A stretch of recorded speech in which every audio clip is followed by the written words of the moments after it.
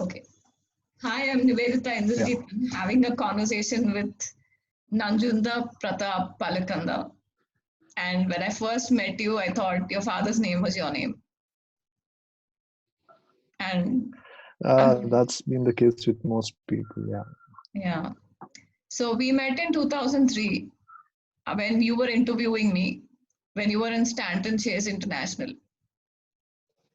When you came to Hyderabad, we met. And now it's my turn. Yeah. Yeah, Sure. the interview never fertilized into the way it has to, but I think I got a friend for a long time. And that's been pretty long time. Yeah. So 2000, 2003 it was, right? yeah, 2003, 2002, 2003. Man, it's been so much time. Yeah. And a 17 years. conversation with you is always as if we started off yesterday, as if we've been meeting every day. That's how it is, at least for me. So Yeah, it's been, every time you also have something new, so it's always a long conversation and getting through something new. yeah. So I want to ask you, like, you are a twin, right? And you don't. I mean, in my world, you don't look like a twin. I mean, you have a twin sister, I think, right? Correct. Yeah, twin sister. Yeah, you don't. When we imagine twins, we think two boys or two girls. We never imagine one boy, one girl.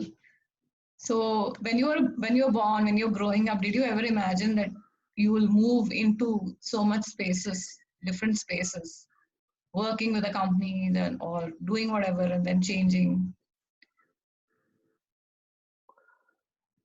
I don't know, do people plan such things? I think I while don't know. you're studying, you just, Sometimes they're like, oh, I want to be an engineer. I want to be a doctor. I want to be this. I want to be that. At least back in our time, we didn't have much scope for different education than we have today. There was almost set like. So that is why I asked the conversation. yeah, I guess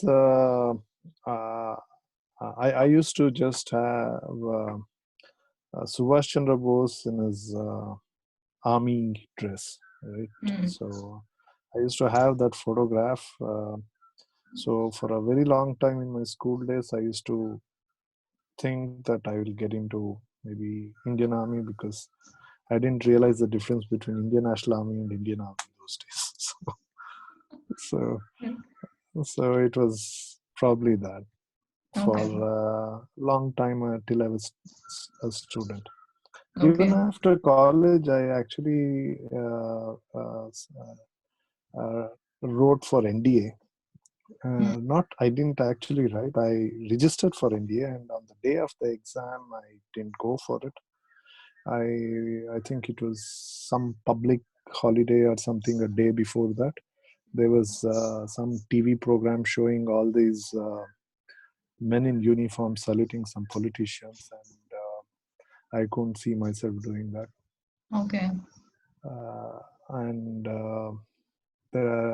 so I was actually studying for the exams, and the next day was the exam, and I chose to go for some movie. I don't remember the name of the movie, but I Okay. decided I'm not going to go and join these services. What changed after that? So after that, the next, I don't know.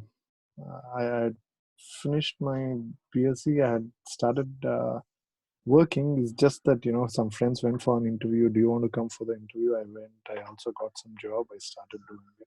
Then I was talking to another friend. He asked me, do you want to come for advertising? It's fun. I said, okay. And then I went to that place. Okay. He referred me. So I went for the interview. And as a fresher, hardly any questions, right? It's just that Yeah. you're on, join. Yeah. So Okay. that's how I ended up joining advertising. And then an uncle of mine wanted me to do law. So I enrolled for evening college law. Oh, so I you did go to did law classes for too? almost first 2 years. First two Okay. years. Those days, Okay. 3 years of law. Okay. But by end of second year, I had decided to become an entrepreneur. Okay. So I couldn't make time for the third year. Okay. So maybe I should have somehow pulled along, probably I would have also been a lawyer. I didn't know that about you. Yeah. So yeah, during advertising, it so happened one of my clients were into internet business, and those days it was hot. This was 96. Okay. So so once they called me saying they want to place an ad for recruitment, they want to hire some people. So I went to their office. They were drafting it. I was helping with how to structure, what size, what cost, which publication, and such conversation is on. And suddenly he looks up and says, should we really put engineer there? I said, I don't know, it's up to you, because you're looking for a marketing guy, whether he's an engineer or not. Who's teaching internet technologies in any course today in India? Right. So then he said, so I guess it doesn't matter, right? I said, it shouldn't matter. Then he asked me, then what stops you from taking this job? I said, nothing stops me from taking this job. So he said, does it interest you? I said, yes, it does interest me. Then should we go and discuss the ad, or should we discuss about you joining us? So I ended up jumping the job there. Okay. So when I quit, that was funny, because I was not joining a large company. It was a small startup of sorts. Those days, that was not the name, right? It was just a small company. So how did you land in executive search? Stanton Chase. Well, those years. It so happened after I got started on my own.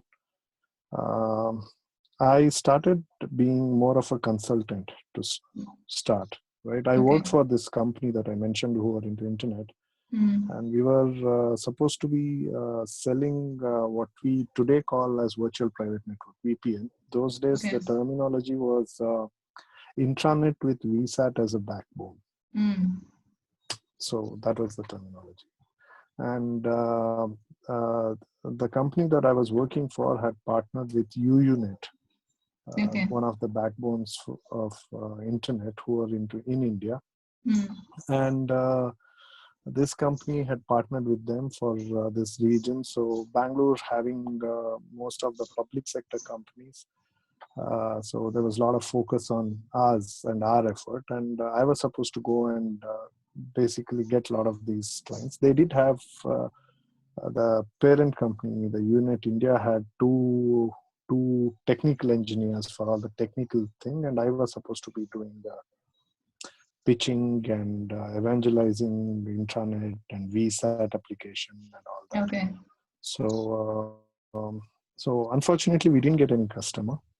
So those guys decided to move out of India, and the company I was working for was also working on some small web applications. It was way too early. Okay. But I saw an opportunity in the intranet space. Okay. So I thought I'll go out and become an entrepreneur. So I went and became an entrepreneur. I started doing that as a consultant to start.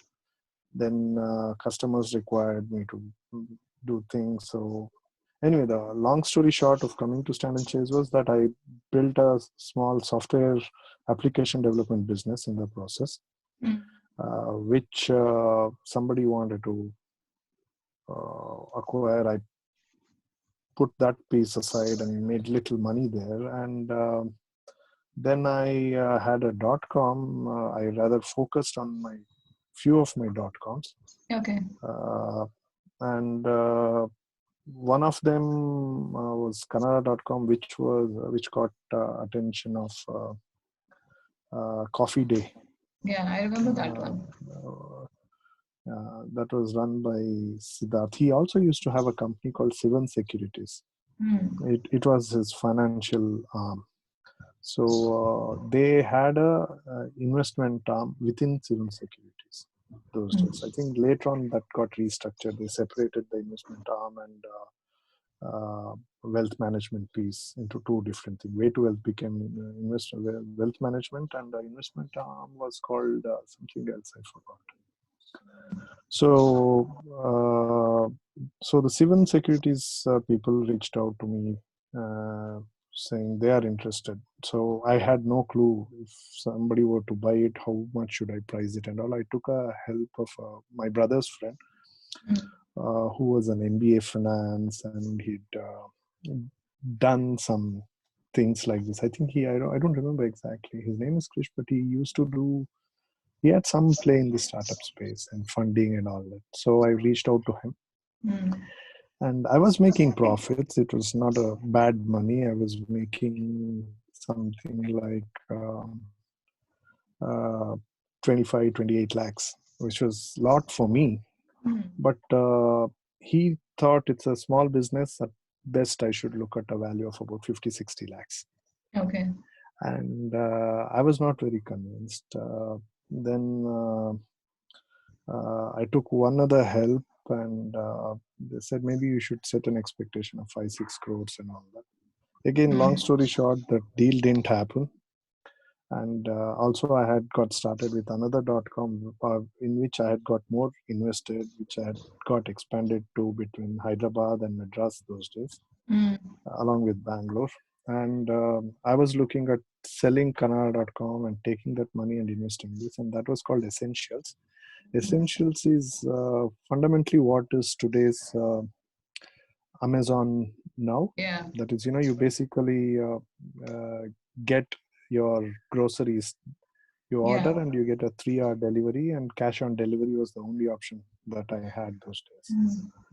Of course, today cash on delivery, Flipkart has been given credit as the pioneer in doing cash on delivery. Those days I had to do it because I just didn't have other options. Mm.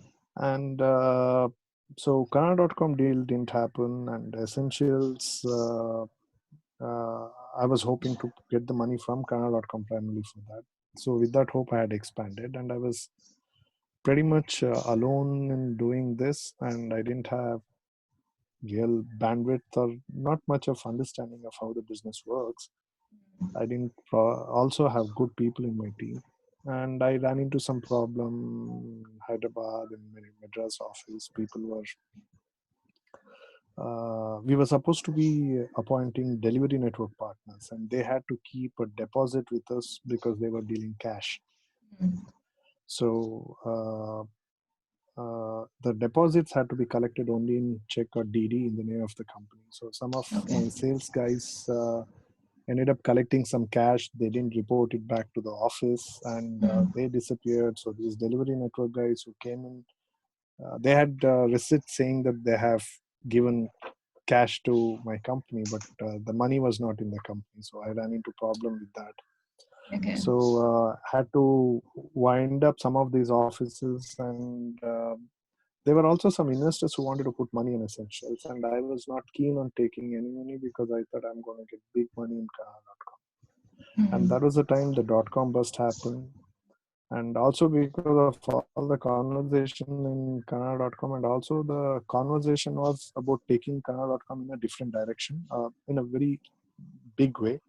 So I had slowed down my effort on Kannada.com, and so almost last 5-6 months, we've not looked at any ad revenues also because my focus was on Essentials and the other focus was only on selling in that conversation.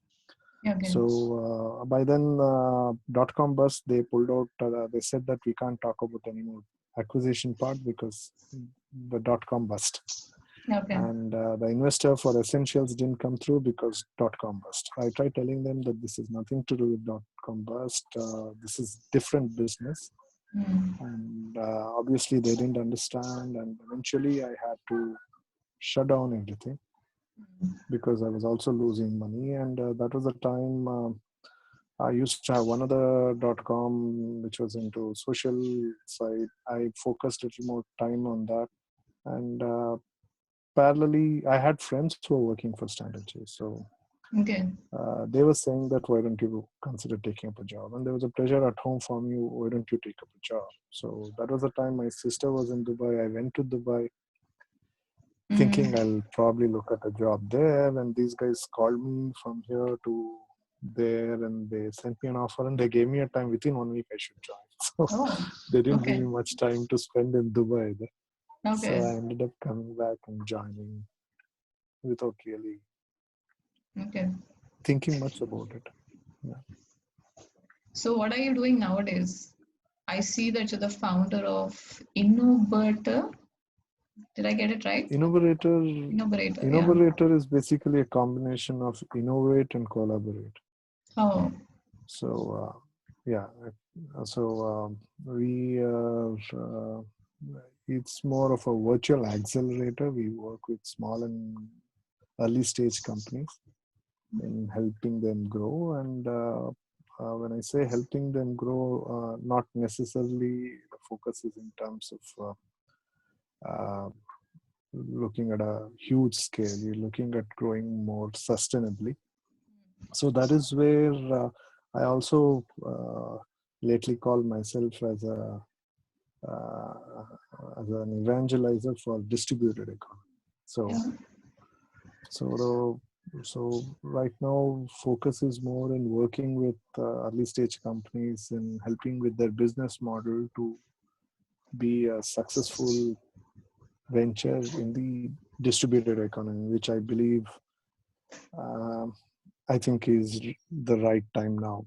Though we've had a lot of signs in the last 4 5 years, politically, socially, economically, that world is going towards that.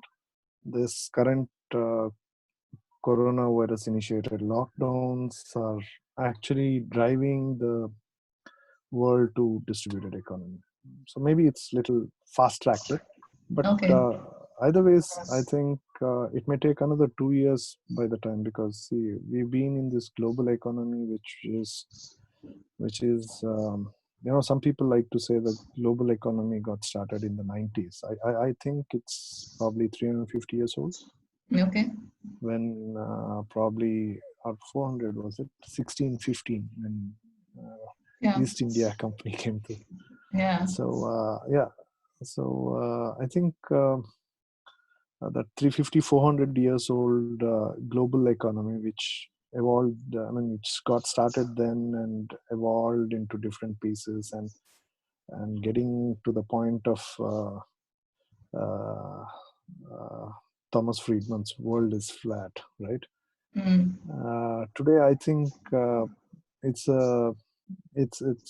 it's changing again, with socially, you can see that many countries are becoming more right wing, and many countries are also talking about protection from the economy side, getting more locally focused. And socially, also, people are finding stronger alignments to their way of living, right? I mean, for good or for bad. But Yeah. it has started happening a lot more, and no longer isolated. It used to be always in isolation in some part of the world, but today it's happening in the major parts of the world. And then, how much ever ridiculous the whole Brexit looked, but it's real. Yeah. So these were all what I thought were the signals for the global economy towards distributed economy. Mm. And it's happening right here. And today also, when we are in lockdown, and what is it that we experience, right? On a day-to-day basis, what businesses that mean value to us are actually the local businesses. The local, you're not getting any international fruit Yeah. coming to your store. You're getting what's grown in your backyard, within your vicinity, within the 100-kilometer radius. So we are actually getting to a very sustainable way of living, of source local, eat local. And and this is what the distributed economy does, which gets a balance of distributing wealth and value across. So though during this lockdown we are all forced to live like this, soon as we get out of it, I'm sure we will have the traditional businesses, the government, which are all the beneficiaries of this global economy, will try to build as much resistance. So that's where I was trying to say that it may take another 2 years for it to get to the mainstream. Mm. But for most of us, we will start realizing the essence of distributed economy during our lockdown period. What actual value means. This is the time. Uh, I think hereafter distributed economy primarily means value at every level and reliability at every level, every stage, Okay. and also a lot of other associated things. Last few decades we've had people talking about. I don't know, you tracking it, since I also have interest in work in some sustainable space. I've been tracking that no brand and all those kind of things are going to get more real. Yeah. So yeah, that was a long So where do answer you for see you. that going? What is Oh, what can we do I differently to ensure that we go do the business differently from what we have done before, from a global economy to a well, distributed economy? What is the future that you see? oh well, What questions can people ask who are in well, whatever we do are uh, uh, see, one is business is all about sustaining, right? I mean, creating value and creating wealth. Business is also about creating value and wealth for a larger ecosystem.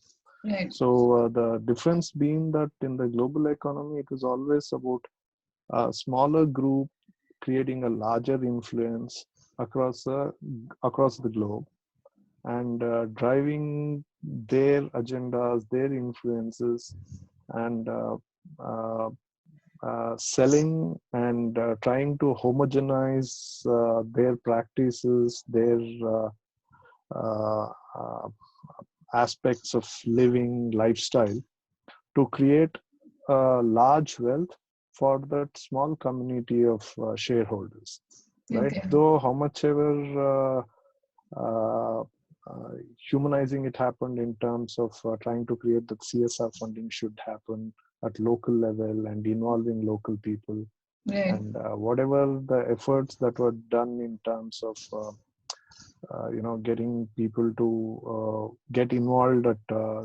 volunteering on local efforts and trying Right. to uplift and all those efforts, they were all primarily uh, oriented towards creating a brand which further contributes to profiting for that large Correct. enterprise which had global influence. And Mm. we still are driven by quite a few such, and they are also aligned to these political forces who also are interaligned to sustain and cover each other's back. I know when I say this, this may sound a little more like a conspiracy theory, but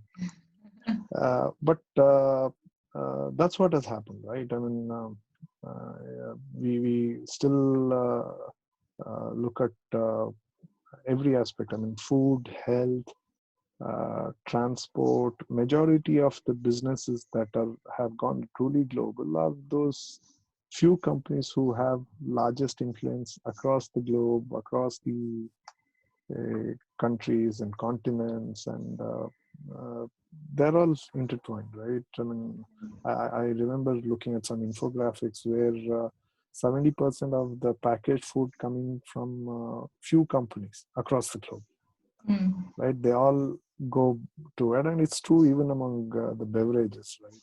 Yeah. Even every aspect of it. So, as much as that will continue for some more time, but going forward, I think it all comes down to the fact of what is the value at a local level, at a day-to-day level. And today, though we do have many of these bigger brands still made available in our grocery stores, but it comes down to our fundamental needs, which are sourced locally. So, so I think what is so far been a very minority practice among a very small group of practitioners who call living sustainably, sourcing locally, eating locally, and contributing locally to the local businesses.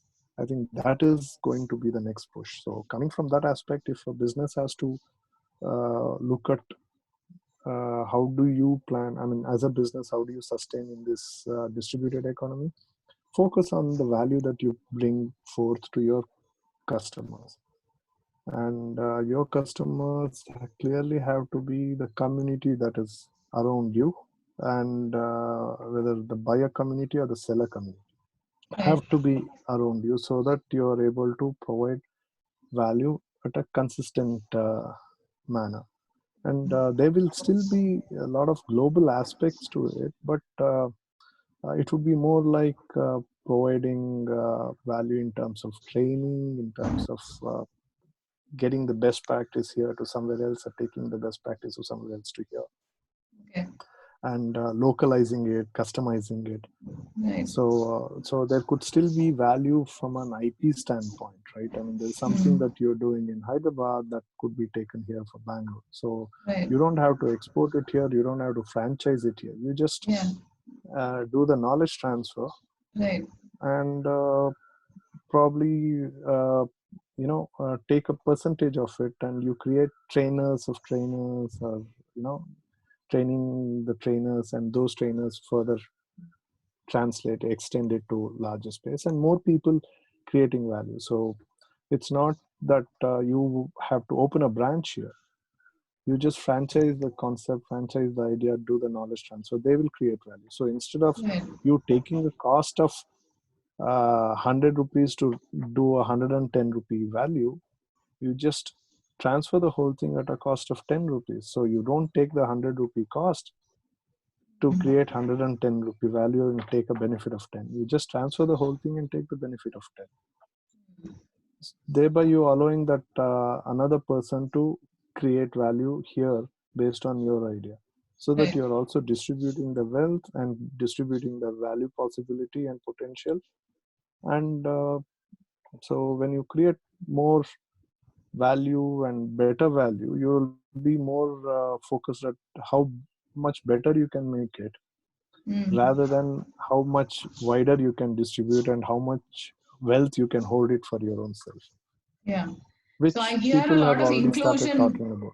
I hear a lot of inclusion when you speak this.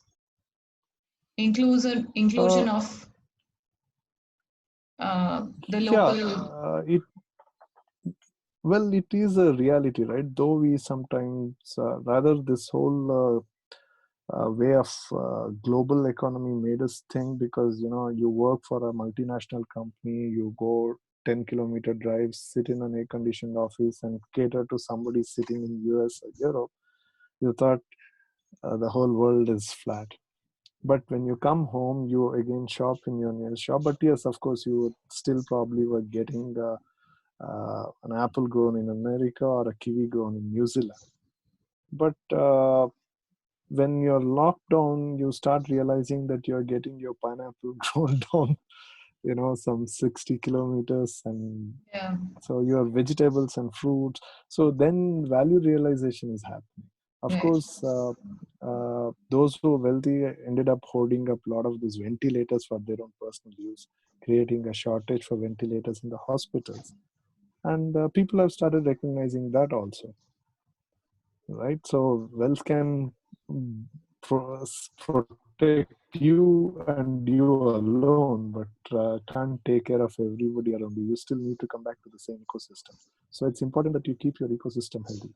So Right. it has to be inclusive, not in the parlance of what the traditional large corporate talks about inclusivity, because they are more bound by compliance to be inclusive, Yeah. or Like, for brand benefits. yeah, I was recently talking to a friend of mine. We were talking farming.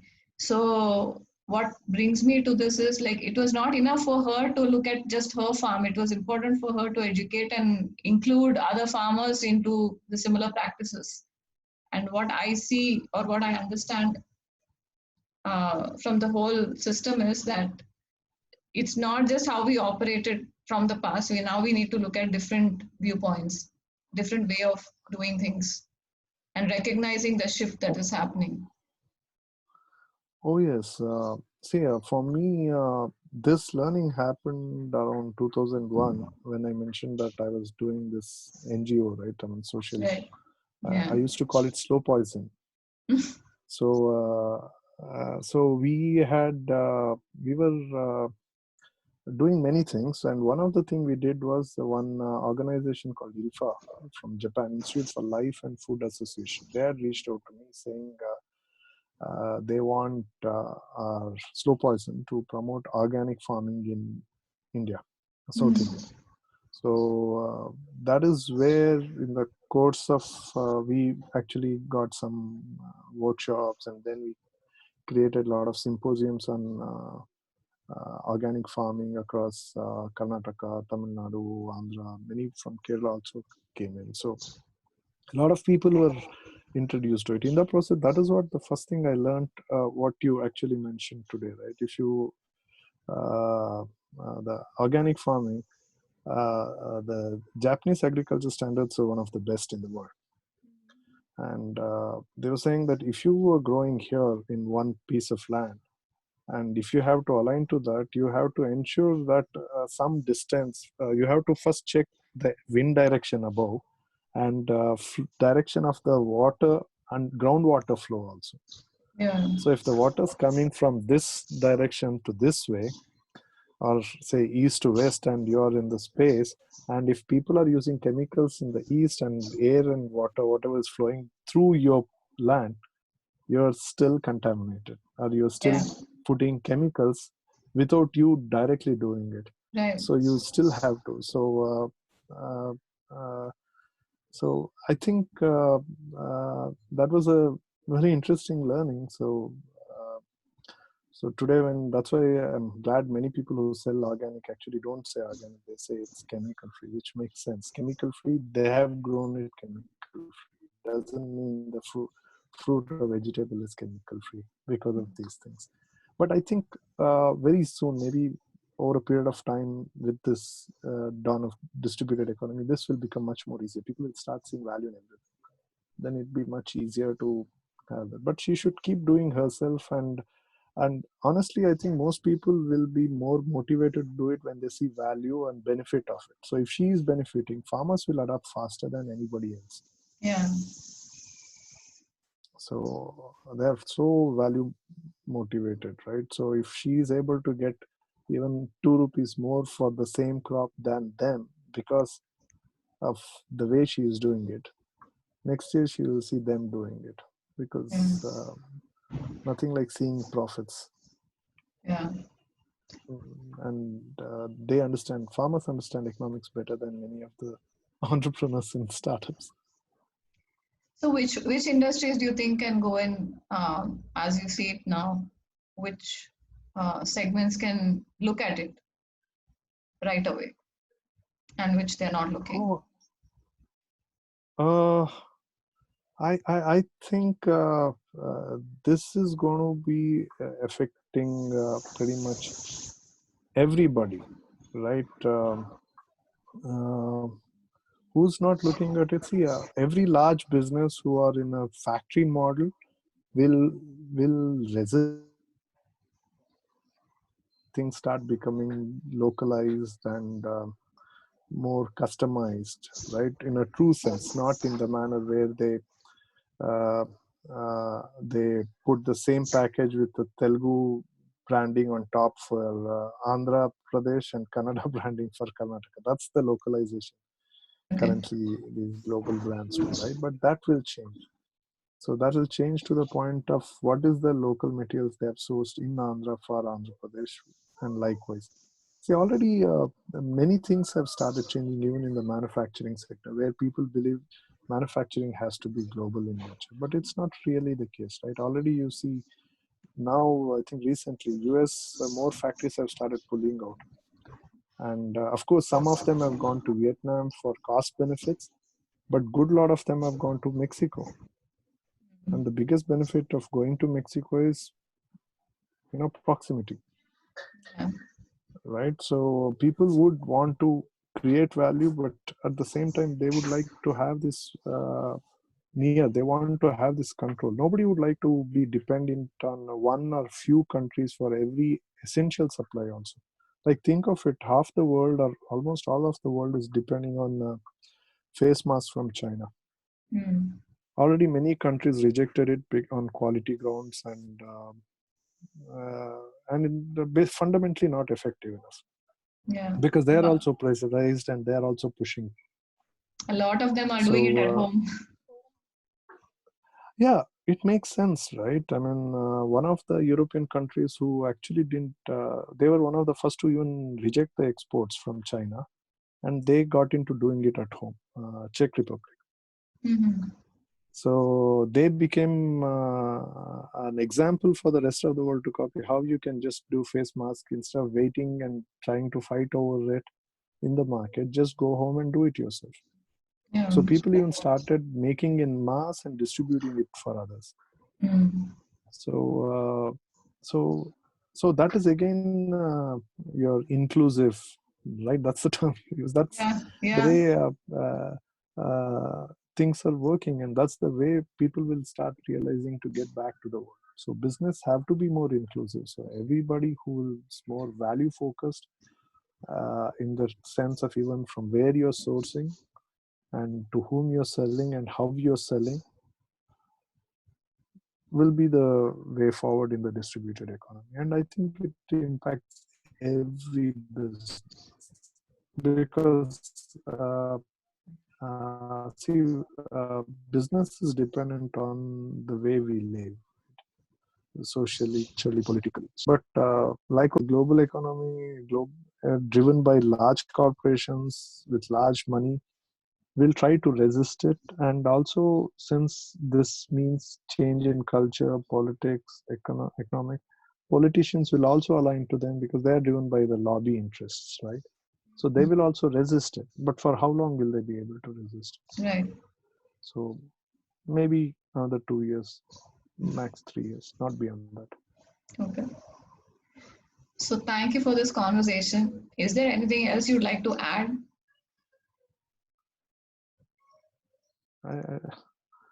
Most about said everything. So I have a question. Yeah. Who would be benefiting from your services, and how do they reach you? Oh, okay. Well, I'd like to work with anybody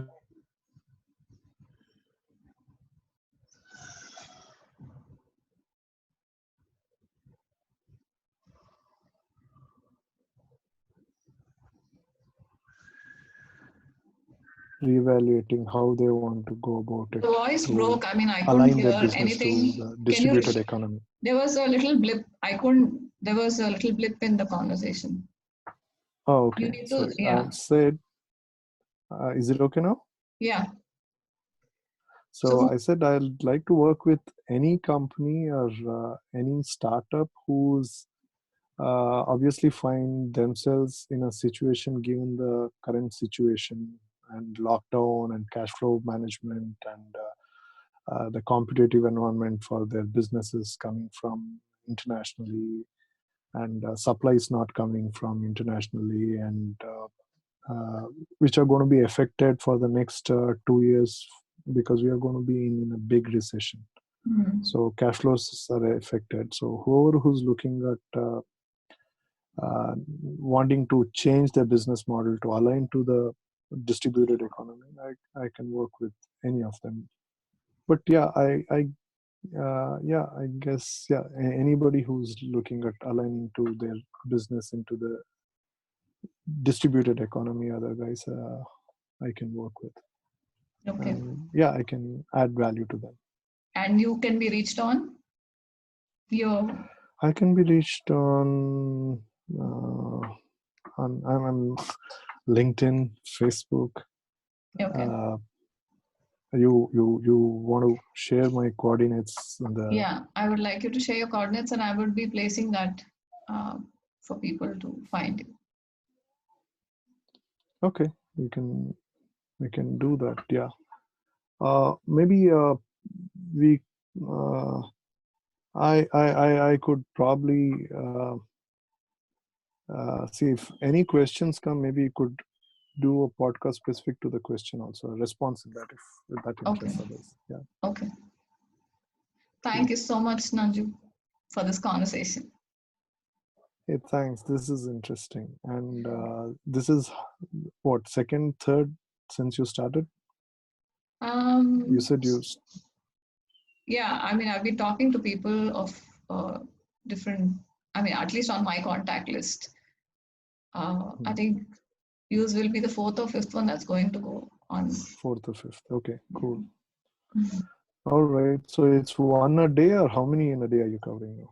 Depends. I mean, if we like today, I have two in a conversation. Oh, cool. Yeah, and I'm making it mandatory for me that the moment we finish the conversation, this is going to get uploaded immediately, and there's not going to be any editing in the whole process. It's as raw as it can get. Okay. Interesting. Cool. I'll follow that as well.